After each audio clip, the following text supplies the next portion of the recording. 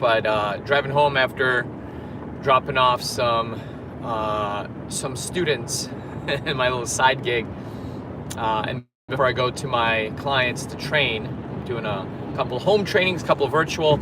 Anyway, I was asked by a few of my friends my reactions, my thoughts to UFC 314, and I figured, why not? Let's go ahead and try to get a live video talking about some of that here as well. So as you guys may or may not know, I'm a huge fan of all types of combat sports. I don't get a chance to quite watch it like I used to, being a new dad. However, doesn't mean that I don't try to catch the big ones and kind of like work it in. The reason why I figured it's actually kind of nice for this channel, I'm going to try to do more of these, either live reactions, post event reactions and whatnot. And the reason being, we can always learn something, and it's kind of fun to talk about. And I'm somebody who, I don't just watch the fights. I usually like to watch, if I have time, the pre-fight, where they show kind of the build-up. The UFC has their own series of videos for that. But then also, if you are somebody who follows the fighters, on their social media channels, you can usually get a cool sense of how they're training, what they're doing. As a coach, I love watching the coaches and seeing what they do to the fighters, and I mean, for me, it's kind of like, it's almost like a treat when I see somebody training and I'm like, oh man, like that's exactly what I do with one of my clients. That's awesome. Or I pick up something new, from watching. Hold on one second. I'm coming up on a red light. I'm going to turn off my GPS. I didn't realize it's going in the back. So we don't need the GPS because I know where I'm going. So 1 second, everybody. Pardon the interruption. Okay, and we're back.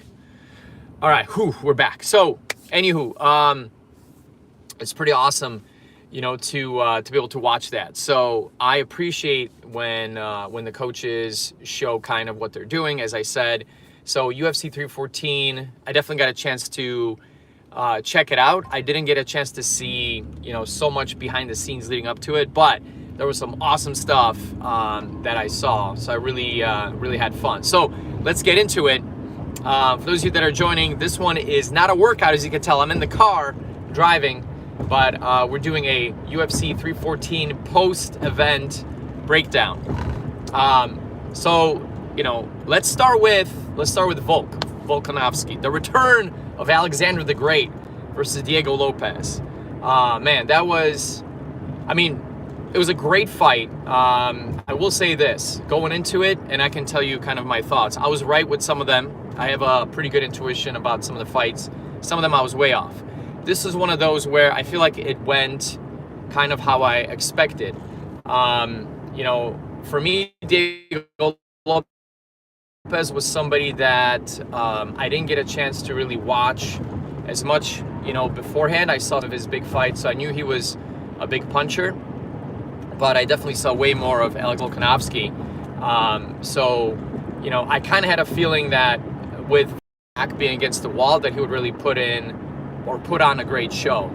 I did have thoughts, some people were saying that maybe his age would be a factor, but Volkanovski has always been, at the top of his game as far as being physical.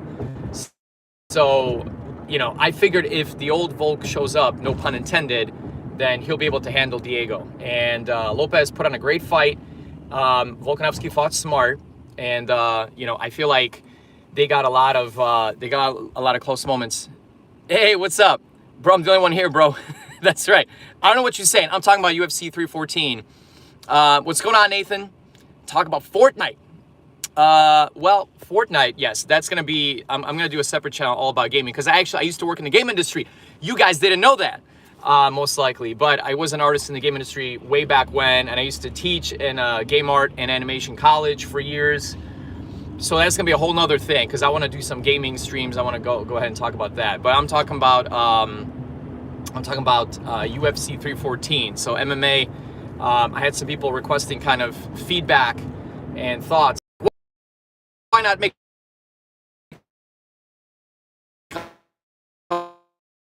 power difference was was apparent. So if they were just gonna go and slug it out in the middle of the octagon, I feel like that would have been bad for Volk, because even though he has great technique, he has power in his shots, he's not quite as it seems like in the exchanges as Diego Lopes, but that's why he is now the champ. He was able to use his smarts and basically kept the distance, and really engaged and kind of on his turf, if you will. So Diego Lopes was playing catch up a little bit. Was a good fight, but Volkanovski was really never in trouble. He got dropped at the end of the second round, I believe, but he was strong throughout. Great technique. Watching some of his training leading up to the fight, it really looked good. I mean, he's somebody who, as a coach myself, I love his work ethic.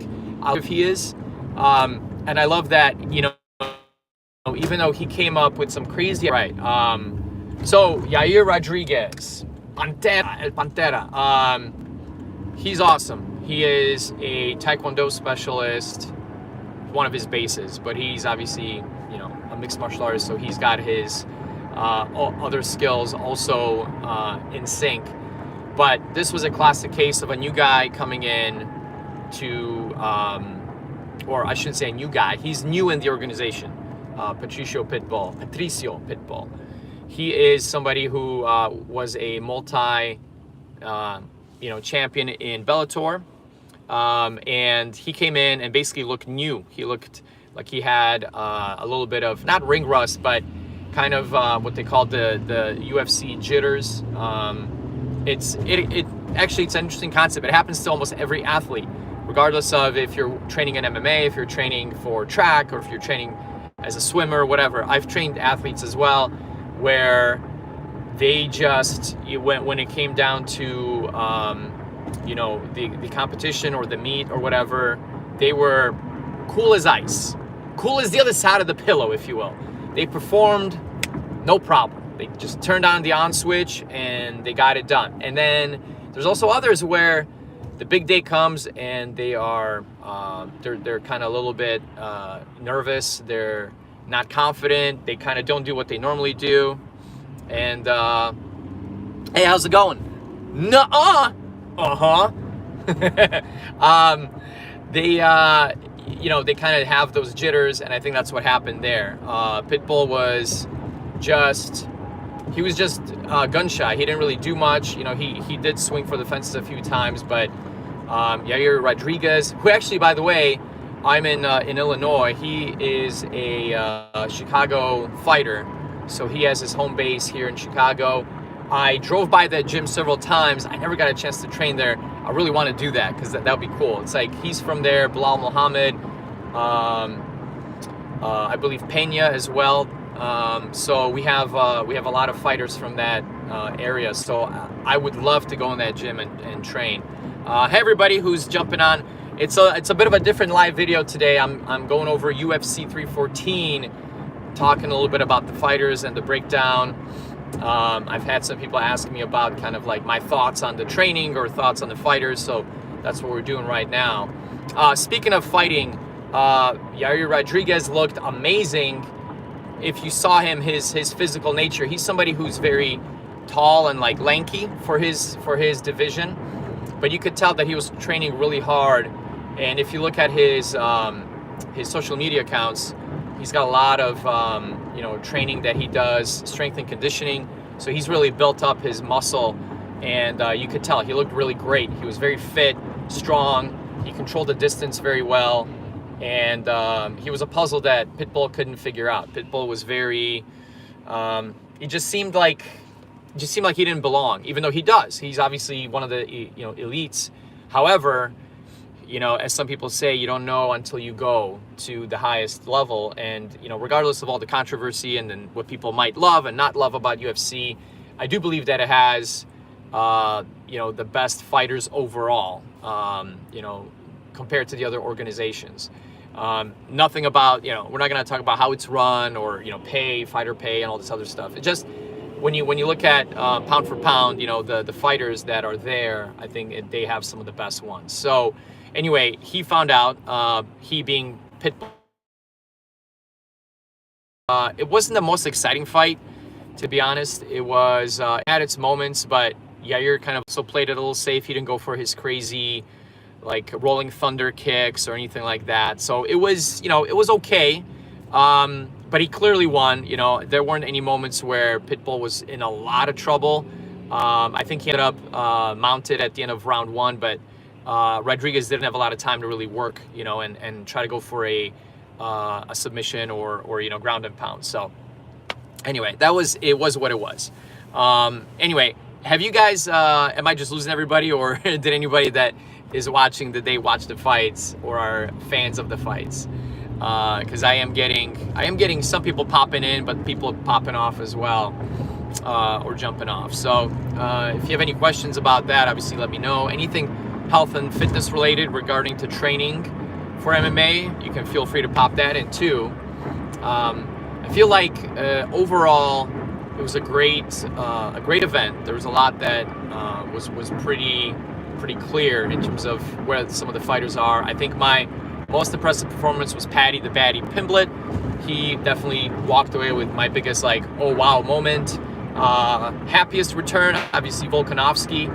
I love the guy. I think he's a great ambassador for the sport. He's just a happy guy, and he's from New Zealand. I mean, I have a couple of friends from New Zealand. I love the accent. I freaking love it. Somebody talks to me with that accent and I just feel happy. It's just awesome. And they're just great people, overall. So I was happy for him, and I feel like he's going to be, I don't know how many fights he's got left in him, but I feel like whatever he decides to do, he's already cemented his legacy. And he might want to go back and fight Topuria again, or I don't know if he'll challenge Maka, but he definitely, has his place on the Mount Rushmore, especially in his division. All right, did I miss anybody? Let me quickly go back since I'm at a... So that one, Bryce Mitchell, there was controversy recently, right? Some of you guys that are on social media, you might know if you follow UFC or MMA news. He had said some things which were kind of bad, and he got a lot of, as you would expect, and rightfully so, feedback and backlash. And as somebody who now I have, I have like a tenth of a platform as some of these MMA fighters, right? Because we don't have a huge audience yet here on Complete Warrior Fitness, but we have close to 4,000 followers. We have a couple thousand on different channels. So overall, it's a fair amount of eyeballs. What does that mean? It means for somebody like me, I feel like if I'm doing a channel or I'm doing content to shock people or whatever, of course that could be one approach. I can do F-bombs, I can say controversial things. But for somebody like me, I work with kids, I work with I work with a whole bunch of different people, and I feel like I'm an ambassador in that way for my business, so I got to watch what I say. So somebody like Bryce Mitchell, when he said those things he said, he's uneducated on the subject and probably ignorant of some of the facts, but he might also just be thinking what he thinks. Maybe he went on some websites, or he had some friends that told him about conspiracy theories regarding this and that, whatever. The point is, as a public figure, you kind of have a duty to be mindful of your words, and especially when you have kids looking up to you. And let's be honest, tons of kids look up to MMA fighters. They think they're cool. They think that they're amazing and awesome, and they go to these events and the fan expos, and they sign posters and they interact. So you're creating an image, and you're impressing people. Hey, what's up, dude? How's it going? We're talking about UFC 314. I was actually talking about one of the fighters who basically put his foot in his mouth, and I feel like it affected his performance. So that's what happened. He said a whole bunch of bad stuff. He got a whole bunch of backlash. Then he kind of did this half-assed apology, and I feel for the guy, because I think he took that mental baggage into his fight. And the thing is, Gene Silva just dominated him. Bryce Mitchell is very good, and he's got a lot of great submission skills, great ground control, and he's very well versed in that aspect of fighting. Gene Silva is basically just a powerhouse wrecking machine, where he like beats up people, you know, lightning in his hands and thunder in his fists. And unfortunately, you know, Bryce Mitchell was on the receiving end of that. But I feel like as a coach, right? And I don't train MMA fighters, but I train a whole bunch of different types of athletes. And I have trained people in the past that were semi-pro fighters. The mental state is almost more than the physical, because you can get your body ready, you know, kind of on autopilot if you know what you're doing. What's up? Let's see. Where are your workout tips? Oh, some Russian. You mean my brother? All right. So I saw your comments. I didn't get a chance to respond. So let's see here. Since there's nobody in front of me. Yeah. So that Russian guy, that's actually my brother. So Coach Ark and I'm Coach Greg. So we're both from Poland, but he has the accent. He's like, hey, feel the power. I get you. We will fight. We will get you to fighting shape. And then, you know, he does a lot of, he's awesome. So the videos, if you look at our collection right now, he's got a lot of the longer videos posted, and I have a lot more shorts on there, but it is a pretty even mix. So, you know, for me, because I was doing a lot of training and I didn't have as much time to record long videos, I did a lot of shorts. So if you want to look at a lot of my tips, they're on there in the shorts category, and a lot of the longer videos will be his, but he has a whole bunch of stuff, some really good stuff. And actually, you had some good questions on a few of them. Like, for example, there was one shoulder raise, and you're like, hey, why don't I feel the oblique? It's all about positioning. If you bend and you tighten your oblique and then you do the raise, it's a killer for the obliques. It's amazing. But if you are relaxed, if your body's kind of more straight, you're gonna just be doing all the lifting with your shoulder. So you're kind of losing that contraction. But anyway, I'll message you on there, because it's a great question that I think will help a lot of people. And then as far as, let's see. Yeah, he's my brother. No way. So some people ask me like, hey, how come, you know, you don't have the accent? I mean, some people still pick it up. But he came, so we're 7 years apart. So when we came to America from Poland, his accent was kind of already locked in, you know, and he's got perfect English, but the accent kind of remained. And for me, I kind of lost the accent, and you know, because I was 8 when I came, 8 years old. So now if I speak Polish, like I speak Polish fluently, but if somebody talks Polish to my brother or myself, and they're, let's say, native from Poland, they're gonna be like, hey, wait a minute. You know, they'll look at me and be like, you got an American accent. You know, so I have the accent, but on the other side. So when I speak Polish, I have the accent. But I feel like his accent is cooler. I feel like if you're making videos or you're creating content, it is always cool to have the accent. You know, it is like when you punch, you got the twist and put the power. You put the power from the hips. You know, it's so much awesome, so much more awesome. All right, so. Oh, hey, why do I think Paddy versus Chandler were scripted? He got the Tony Ferguson vibes. Oh, my brother. Yeah, the Tony Ferguson vibes, man.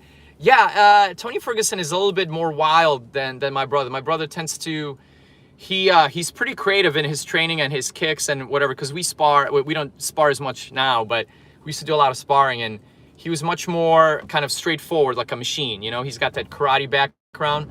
So he wouldn't do a lot of like crazy spinning stuff or whatever like Tony, but yeah, he was unpredictable in some of his training, like you know, as far as what he would throw out there. Before we get back to finishing the point I had about what's his name, Bryce Mitchell and Gene Silva, actually let's finish that up and then we'll go back to Paddy. So basically, in conclusion, I feel like Bryce Mitchell, he got in his own head. The negativity of everything he was dealing with was too much, and I think that's it. I think it overwhelmed him. Silva's a tough customer. If Mitchell really played his cards right, he would have tried to really take him down, you know, in more tricky ways and keep him there and exhaust him. Because Silva is very strong, but he has that muscle mass that I think a lot of people when they throw as explosively as they do, as he does, like a Barbosa type, Edson Barbosa, you basically are done by the middle of round 2, maybe at the end of round 2. Then it's a lot easier to get submitted because you just don't have that dynamic explosiveness. But yeah, the going back to Paddy and Chandler, I didn't think about that. I mean, anything's possible, right? As far as it being scripted, gosh, there are some where I will throw my hands up and say, come on, really? Like, that just seems too unreasonable. And the way that Chandler kind of folded, if you will, it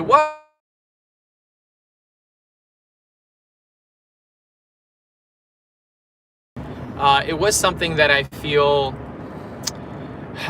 was out of character for him, something that you don't typically see, but more than likely it was just that I feel like he didn't do anything, you're right. He couldn't get his mojo going, but I think what happened is he got hit with that knee, and that damage from the knee just kind of threw his equilibrium off. I think he was a little gun shy after that, and let's just face it, Paddy looked really good. I was surprised how he controlled Michael Chandler with the wrestling, as I mentioned before, because I mean, Michael Chandler's a beast. He's so strong. He's one of the strongest guys in that division, and he's not tall, so he's got a lot of muscle mass, great center of gravity. But yeah, it could have been that because he doesn't get overwhelmed. He's been under the big lights forever, so it wouldn't be that. But I feel like that knee that he got caught with that opened him up. Maybe there was some damage. Maybe he was woozy. Maybe he was seeing 3 Paddys, and that was it. So I feel like that could have certainly been it. Who knows, right?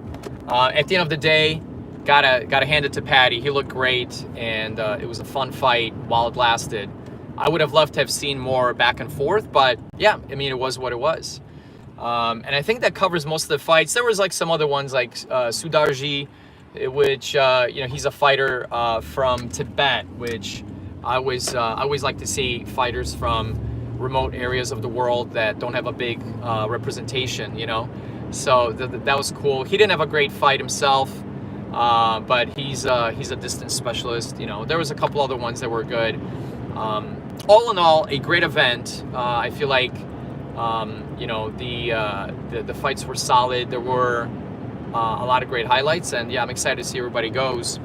All right, so, and I want to see if I missed anything. Let's see.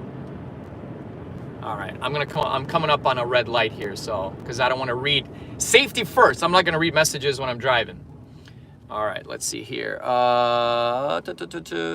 There was so many openings, dude. You know what? I'm going to message you later. All right. Not a problem. Not a problem, King Nadish.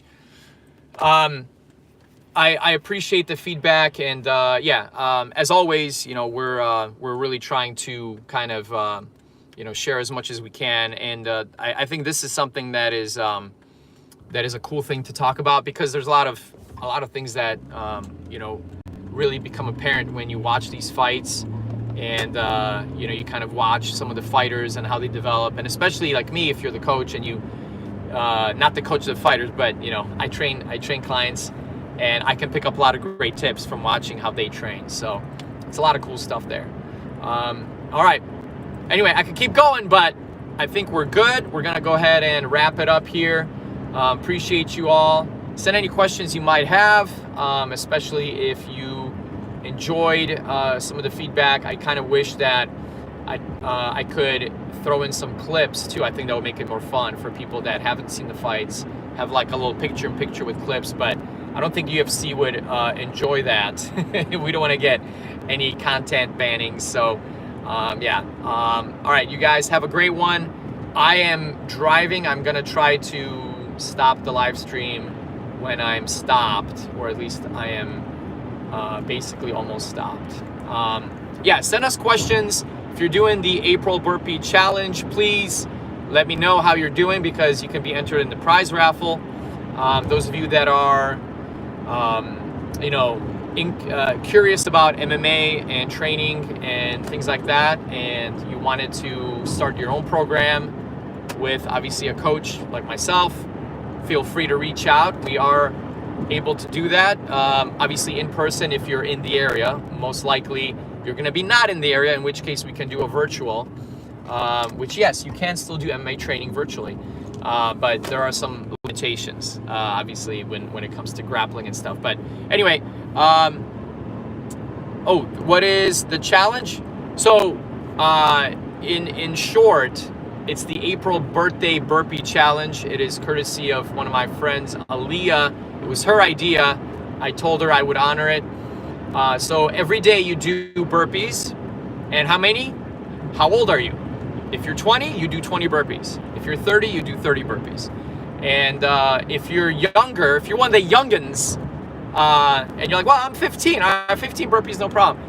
I encourage you to do advanced burpees. And I showed those in one of the previous live streams when we were doing a workout. So you would do like a burpee with a couple push-ups and a high jump, touch your knees, tuck jump, whatever. There's a lot of different variations. And if you're somebody who's a little bit older, let's say 50, 60, a lot of my older clients were like, come on, man, really, birthday burpees? I let them know, hey, it doesn't have to be a full-on. You could do a modified version. You could do a step burpee.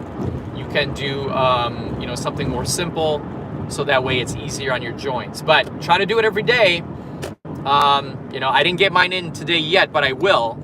And then, I'll try to keep that rolling. And the challenge is, if you do it, even if you start today, then and you do it successfully, you get entered into a prize raffle drawing for some CWF swag or other things, depending on what we have available. So it's always cool to do that. All right, I'm almost turning in. I guess I'll just turn in when I park. Hopefully you guys are having a great day. Appreciate you all turning in. I know this is not a typical one. Hopefully you guys enjoyed it. I had a lot of fun talking about the UFC and the fights, especially some of the training. I feel like we could do more of the training and maybe simulate some of the training, during one of my boot camps to show you like, hey, this is how Volkanovski does his stuff. This is how Yair Rodriguez seems to train. And I think you guys would enjoy that. So, all right. We're about to turn off here, but I got some thumbs up. Thank you. Optimus Dong. That is the greatest name ever. I don't believe it's one of the Transformers that I recall as a kid. However, it would be cool to see what kind of superpower you have or what you transform into. If there's one positive thing that you want to say, what is it? Well, I want to say that every day, in every way, you can be better, better, and better. It's an affirmation you can say. Every day, in every way, I am better, better, and better. That is one. Let's do another one because it's Titan Tuesday. Tuesday? Yeah, it's Tuesday. One other positive thing is that, hey, whatever happened in the past, whether it was a year ago, a month ago, yesterday, you can get over it. You can conquer it. You can become better. Today's a new day. Don't let it hang out in your head. Don't let it take up mental space in your head. What we were just talking about is a perfect example. Volkanovski, the champion now. He didn't let the fact that he got beat the last couple of times and decisively hold him back. If he was thinking about it, he probably would have failed. But he went into his fight with a clean slate. He said, that's the past of the past. I'm here. I'm in the future. I'm in the present, but I'm also thinking of the future. And in the future, I see myself as the champion. And guess what? He got it done. And the man's a champion, and he's awesome. He's one of my favorite fighters. So, all right. Bye, Greg. King Nadish, thank you for all your questions and comments. You are awesome, sir. I only transform once in a lifetime. Ooh, got it. All right. Well, then you better make sure you transform at the right time. All right, guys, you are awesome. We're going to finish this one because I got to get to work and torture my next client. Have a great Tuesday. See you guys.